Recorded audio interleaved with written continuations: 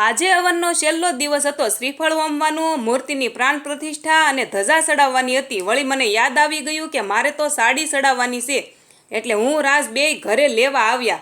અને આ અમારા ગામના એ લોકો છે જેણે મંદિર બનાવવામાં પૂરેપૂરો ફાળો આપ્યો છે, જેનો દિલથી આભાર। મંદિરમાં મૂર્તિ સ્થાપિત કરવાની હતી ત્યાં લોકો બધાએ કાંઈકનું કાંઈક દાનમાં આપ્યું હતું, જેમ કે સોનું અથવા ચાંદી।